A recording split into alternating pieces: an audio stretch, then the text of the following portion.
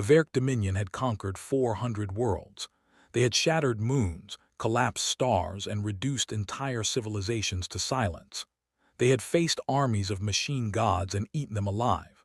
They had looked into the eyes of 1,000 dying species and felt nothing, not satisfaction, not guilt, just the cold arithmetic of expansion. But when they took Earth's children, they made one catastrophic miscalculation. They thought humanity would send soldiers. It began the way all great atrocities begin, quietly and with paperwork. The Verk Dominion first contacted Earth in the year 2187 under what the galactic community called the Tithe Protocol, a civilization assessment process disguised as diplomacy. Every species that entered galactic space was evaluated, measured, categorized, and if they were deemed valuable but not threatening, they were offered integration, a seat at the table, protection under Verk law. What the Dominion did not tell Earth, what they never told any world, was the price of that seat. 1,000 children, between the ages of 6 and 12, selected for genetic potential, intellectual capacity, and this was the detail that would later make the Verk's brightest strategists wake screaming in the night: adaptability. They called it the Ascension Initiative, a noble-sounding program, a gift, even. These children would be educated at Dominion academies across the Empire, trained to become galactic ambassadors, scientists, and administrators. They would return to Earth in 20 years, elevated, refined, connected to the most powerful civilization in known space. That was what the documents said. The truth was something older and far colder. The Dominion needed servants, not slaves. They had slaves, entire planets of them. They needed something rarer. They needed minds that could learn fast, adapt faster, and feel just enough loyalty to their handlers to be useful, but not enough freedom to be dangerous. Psychological conditioning began on day one. Names were replaced with designations. Languages were stripped. Everything human, every song, every memory, every scrap of culture was systematically, surgically removed. They had done it to 43 species before Earth. It had always worked. Back on Earth, the reaction was not what anyone expected. There were no riots, no emergency sessions of the United Earth Council broadcast across emergency frequencies, no military mobilization visible from orbit. The Verk surveillance network, threaded through Earth's communication systems as a condition of integration, detected almost nothing. Quiet meetings, closed doors, very few words. The Verk regional governor, an 8-limbed bureaucrat named Thesivac, filed a report to Dominion Command that read, in translation, "Human response to Tithe Protocol, compliant. Emotional displays noted but non-threatening. Species appears to have accepted integration terms without resistance. Recommend standard monitoring protocol, low priority." Thesivac had governed 11 worlds. He had overseen 6 tithe collections. He had never governed a world like Earth. What he had mistaken for submission was something else entirely, something that had no direct translation in any of the 412 languages in the Dominion's linguistic database. The closest approximation, assembled years later by a Dominion xenolinguist who had studied human history in terrified obsession, was a single compound concept: quiet fury with infinite patience. The humans were not accepting their loss. They were measuring it. Here is what the Verk Dominion did not know about humanity. They had reviewed Earth's history, of course. Thousands of years of warfare, disease, and self-destruction. They had noted the technological adolescence, fusion drives, early quantum computing, barely functional gravitational theory. They had cataloged humanity's military capacity and found it laughably primitive by Dominion standards. A civilization that still argued about borders on a single planet. A species that had only reached its own moon a handful of generations prior. Harmless. What the Dominion's analysts had failed to understand, because no species they had ever encountered had made this particular evolutionary leap, was that humanity's most dangerous trait was not its technology. It was its relationship with losing. Humanity had spent 10,000 years being outmatched. By nature. By disease, by each other. They had been prey before they were predators. They had watched their children die of cold and hunger and things they didn't understand, and they had kept going.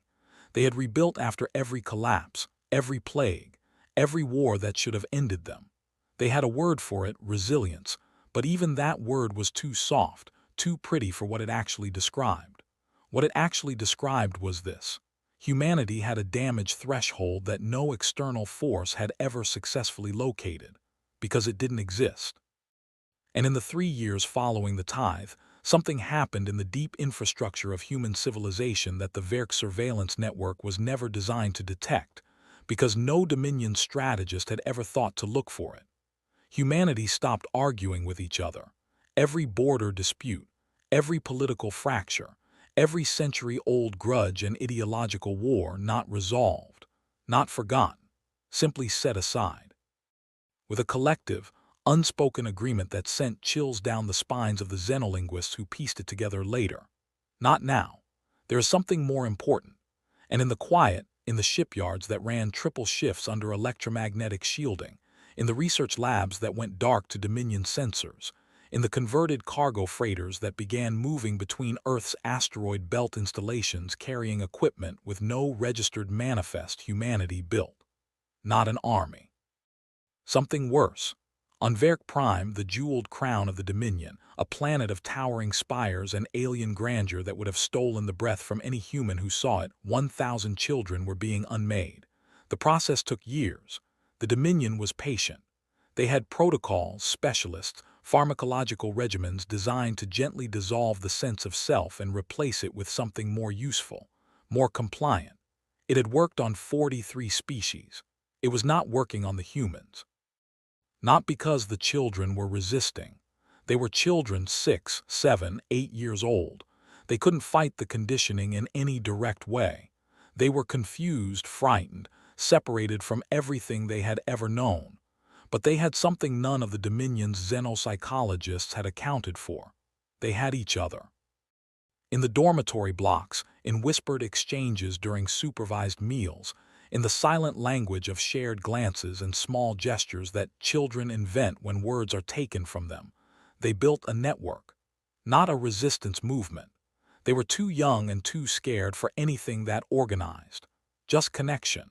They remembered each other's names when the Dominion tried to replace them with numbers. They told each other stories at night in the darkness, fragments of Earth, of parents, of food and music and the feeling of sunlight that was somehow different from Verk Prime's pale star. They held on to each other's memories when their own began to blur. One girl, designation 7 Theta 9, who remembered she was named Maya, started something small. Every night she counted, not down, not the days of her imprisonment, she counted up. 1, 2, 3. Each morning she woke up still herself. Each night another number. The other children joined her. It spread through the dormitory blocks like fire through dry grass. 1,000 voices, counting silently in the dark. The Dominion's psychologists noted anomalous collective behavior and recommended increasing the pharmacological dosage. They did not understand what they were seeing. They were watching humanity's children refuse, in the only way available to them, to stop existing. Year 3 after the tithe. The Verk Dominion's deep space sensor network registered an anomaly at the edge of the Thesavac corridor, a heavily traveled trade route that connected the outer territories to the Dominion's core worlds. The anomaly was not a fleet. It was not a weapons discharge. It was not anything in the Dominion's extensive threat classification database. It was a single ship, an Earth vessel, small by Dominion standards, roughly the size of a heavy frigate. It carried no weapons signature that the sensors could identify, which should have been reassuring, and somehow was not. It broadcast on an open frequency. No encryption. No attempt at military communication protocol. The message was in Verk standard, translated with an accuracy that made the communications officer check the translation matrix twice, because no human should have been capable of this level of linguistic precision after only 3 years. The message was short. This vessel is the UESS Reckoning. We are not here to negotiate. We are not here to threaten. We are here to collect what belongs to us. Stand aside and no harm will come to Verk Prime or its people. This offer expires in 6 hours. It was signed, the mothers and fathers of Earth. Admiral Veth Kara, commanding the Verk Prime Defense Fleet, 47 warships, the finest in the Dominion, looked at the message for a long moment. Then she laughed. Her fleet could vaporize that single ship in under a second. She had done it to larger vessels. She had done it to entire armadas of larger vessels. One human frigate, unarmed, broadcasting open threats to the capital world of the most powerful empire in the known galaxy. She ordered an intercept. Not even a weapons lock, an intercept. The kind of maneuver used to handle errant cargo drones. She would later describe the next 6 hours as the most terrifying experience of her 400-year life, and she survived them only because the humans let her. Here is what humanity had built in 3 years of silence.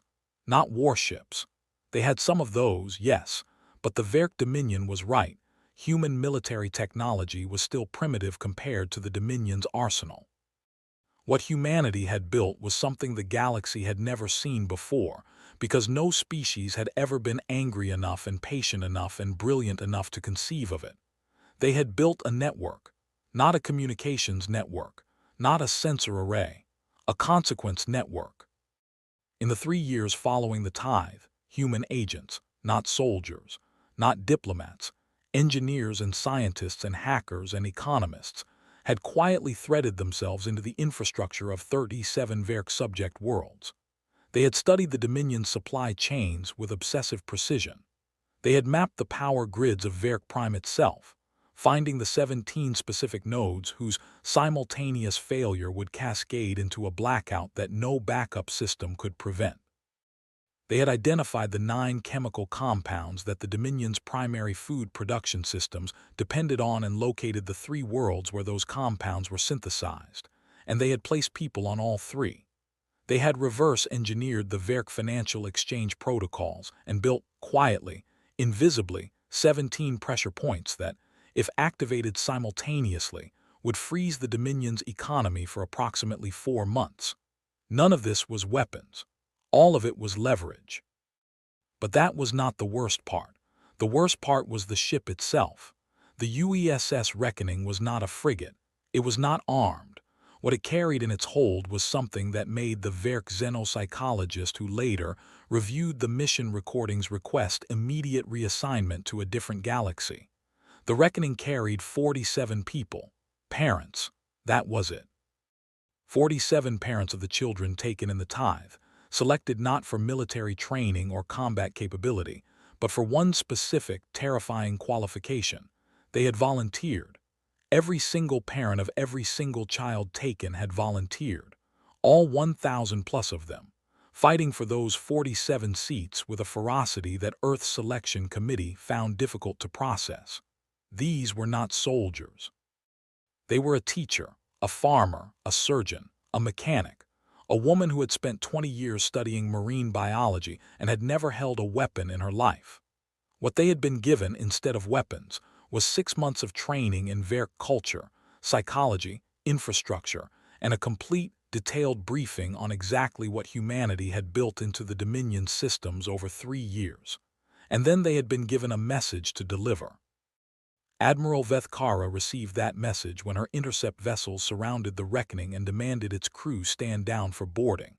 The response came not in text this time, but in a voice transmission. A human voice, a woman's voice, speaking Verk standard in an accent that carried something Vethkara's universal translator flagged as extreme emotional state, controlled. Admiral, my name is Dr. Sarah Chen. My daughter's name is Maya. She is 9 years old. She has been on your planet for 3 years. You will return her and every child you took, unharmed and whole. And I want you to understand I am not making a threat, I am describing a consequence. The 17 infrastructure nodes we have identified on Verk Prime will fail simultaneously. The food synthesis compounds on your 3 production worlds will become inert. Your financial exchange will freeze. This will not destroy your civilization. We are not here to destroy anyone. We are here to make you understand something important. A pause. There are 1,000 children in your capital. There are 8 billion parents on my planet. And we have had 3 years to do nothing but think about what we were willing to do to bring them home. Another pause, shorter. What are you willing to do to stop us? The silence on the Verk fleet's command frequency lasted 11 seconds. Later, fleet analysts would note that 11 seconds was an extraordinarily long time for Admiral Vethkara to take before issuing any order. She did not issue an attack order. She opened a channel to Dominion command. What followed was not a battle. It was something the Dominion had no tactical classification for, because in 400 years of expansion and conquest, they had never experienced it. They scrambled their analysts. They ran verification sweeps on every system Dr. Chen had referenced. They found the access points in the power grid. They found the compromised food synthesis protocols. They found 17 other things she hadn't mentioned, which was somehow more alarming than everything she had. They pulled the records on the human agents who had placed all of this, checking faces against their immigration and trade databases. These were not intelligence operatives. These were not special forces. These were a retired electrical engineer who had spent 18 months studying Verk power architecture and then taken a job at a subsidiary company that had a maintenance contract on Verk Prime's grid. A food scientist who had published 3 papers on Verk agricultural chemistry and then quietly accepted a research position on one of the synthesis worlds. Ordinary people, with extraordinary focus and a reason. The Dominion's chief strategist, a being who had spent 2 centuries calculating military outcomes, stared at his analysis screen and felt something he had not felt since his earliest campaigns. Uncertainty, because he had run the numbers. He had run them 4 times looking for the error. The humans had not built a weapon. They had built a demonstration, a proof of concept. A very clear, very patient message written not in military force, but in 3 years of invisible, relentless, obsessive preparation. The message was this: we found 47 ways to hurt you without firing a single shot. Imagine what we will find if you give us 47 more years. And the part that made the strategist set down his calculations and sit in silence for a very long time was the understanding, sudden and total and impossible to dismiss, that humanity had not actually used any of it yet. They could have triggered the cascade before the reckoning ever entered sensor range. They could have opened negotiations from a position of already activated chaos. They could have made Verk Prime go dark and cold and hungry and then sent the ship. They hadn't. They had sent the ship first. They had given warning first, which meant, and this was the part that truly broke something in the strategist's 4-century-old certainty about how the universe worked, which meant that this was not humanity's desperation.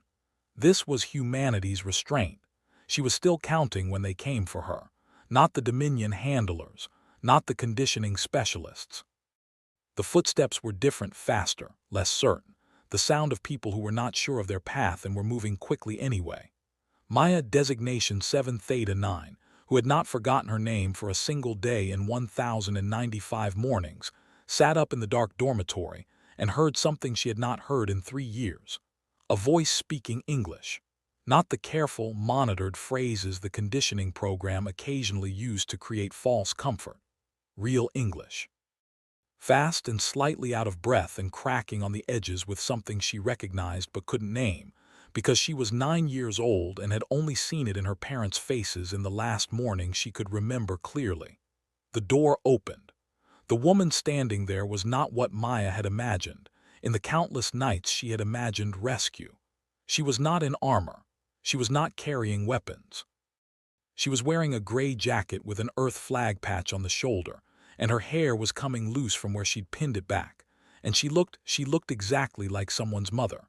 She looked terrifyingly, overwhelmingly like a mother, and the word that broke from Maya's throat was not help and not please. It was Mom. Said to a stranger, said to any adult human face, said because her body had decided before her mind caught up. The woman crossed the room in 2 steps and put her arms around Maya, and she said, "Not your mom, baby. I'm so sorry, but I promise she's waiting. I promise she's right there waiting. Can you walk? Can you help me find the others?" Maya could walk. She had been walking toward this moment for 1,095 days. She stood up, took the woman's hand, and said, "I know where all of them are. I've been keeping track." The Dominion released the children. Let the historical record be precise about this. They did not surrender. They did not apologize. The official Dominion position, filed with the Galactic Assembly, was that the Ascension Initiative had been voluntarily concluded due to administrative restructuring. Bureaucratic language for something that had no bureaucratic precedent. 1,000 children walked onto the reckoning, and the 6 support vessels that had been given clearance, grudgingly, furiously, but given to dock at Verk Prime's outer station. Some of them had to be carried. Some of them didn't remember enough English to communicate, and the parents who were there held them anyway, speaking quietly in whatever language remained, and it didn't matter. Some of them were angry in ways they couldn't articulate yet, holding themselves very still and very far away, and the parents on the ship had been briefed for this too, and they understood, and they waited. Maya found her mother in the receiving bay of the lead support vessel. She did not run. She was 9 years old and she had survived 1,095 days by being very careful and very controlled, and those habits don't dissolve in an instant. She walked. Her mother walked too, and then neither of them was walking anymore. 3 years of counting in one breath released. The Verk Dominion did not conduct another tithe. Not from any world. Not after Earth. The policy was quietly struck from the administrative code with no public announcement, in a closed session of the Dominion High Council that was attended by every senior military commander, every chief strategist, and the 3 most senior members of the Dominion's intelligence apparatus. The session lasted 4 hours. No recording was made. The summary document produced at its conclusion was sealed at the highest classification level the Dominion possessed, a level typically reserved for extinction-tier threats. 3 words from that summary were later leaked, in fragments pieced together by a journalist from the Galactic Assembly's independent press corps who spent 11 years tracking the story. 3 words: do not provoke. Word spread through the galactic community the way dangerous truths always spread, sideways, in whispers, dressed up as rumor and speculation. The species that were subjects of the Dominion heard it first, because they had the most to gain from understanding it. Then the neutral civilizations, who recalibrated their diplomatic positions regarding Earth with quiet urgency. Then the other powers, the collective of Shen, the Marathi hegemony, the ancient and reclusive Eld, who reviewed their own intelligence on humanity and discovered, with varying degrees of alarm, how significantly they had underestimated what they were looking at. Humanity had not won a war. They had done something more extraordinary. They had made the most powerful empire in the galaxy look at the consequences of making them angry, not the immediate consequences, not the military retaliation, but the patient, prepared, invisible consequences of crossing a species that would spend years turning grief into infrastructure, and quietly, without a single shot fired, made that empire decide that the children were not worth it, not worth this. One ambassador from a small civilization called the Torathi that had lost its own children to the tithe 30 years prior and received nothing back, submitted a formal inquiry to Earth's diplomatic mission. The inquiry asked, in the careful language of interstellar diplomacy, whether humanity would be interested in helping others navigate similar situations. The Earth mission's response took 3 days. The response was 2 sentences. We are already aware of the other species affected by the tithe protocol. We have been planning for 37 of them. Years later, a Dominion general, retired, old, deeply unwilling to be named, gave an interview to that same journalist who had tracked the council documents. He was asked a single question. What was it exactly that frightened the High Council? You had overwhelming military superiority. You could have destroyed the reckoning in an instant. What changed? The general was quiet for a long time. Then he said, "We have faced species that were stronger than humans. We have faced species with better technology, larger fleets, more advanced weapons. We have defeated all of them. When you fight a species like that, you calculate their capacity for harm, and when you exceed it, the war ends." He paused. But humans, we looked at what they had done in 3 years, and we tried to calculate their capacity for harm, and we couldn't find the ceiling. Not because it wasn't there, but because every time we thought we had found it, we realized we were only looking at what they had done for 3 years while they were being patient. Another pause longer. And then we asked ourselves the question that ended the discussion. What do humans look like when they stop being patient? We decided we never wanted to know. The Verk Dominion had conquered 400 worlds. They had shattered moons, collapsed stars, and reduced entire civilizations to silence. And the only thing that ever made them choose restraint, the only force in 400 years of expansion that gave them pause, was not a weapon, not a fleet, not a god machine rising from the dark between stars. It was 47 parents in an unarmed ship with a message that the most powerful empire in the galaxy read once and never forgot. We are not what you should fear. We are what we sent instead of what you should fear. Be grateful. Be very, very grateful.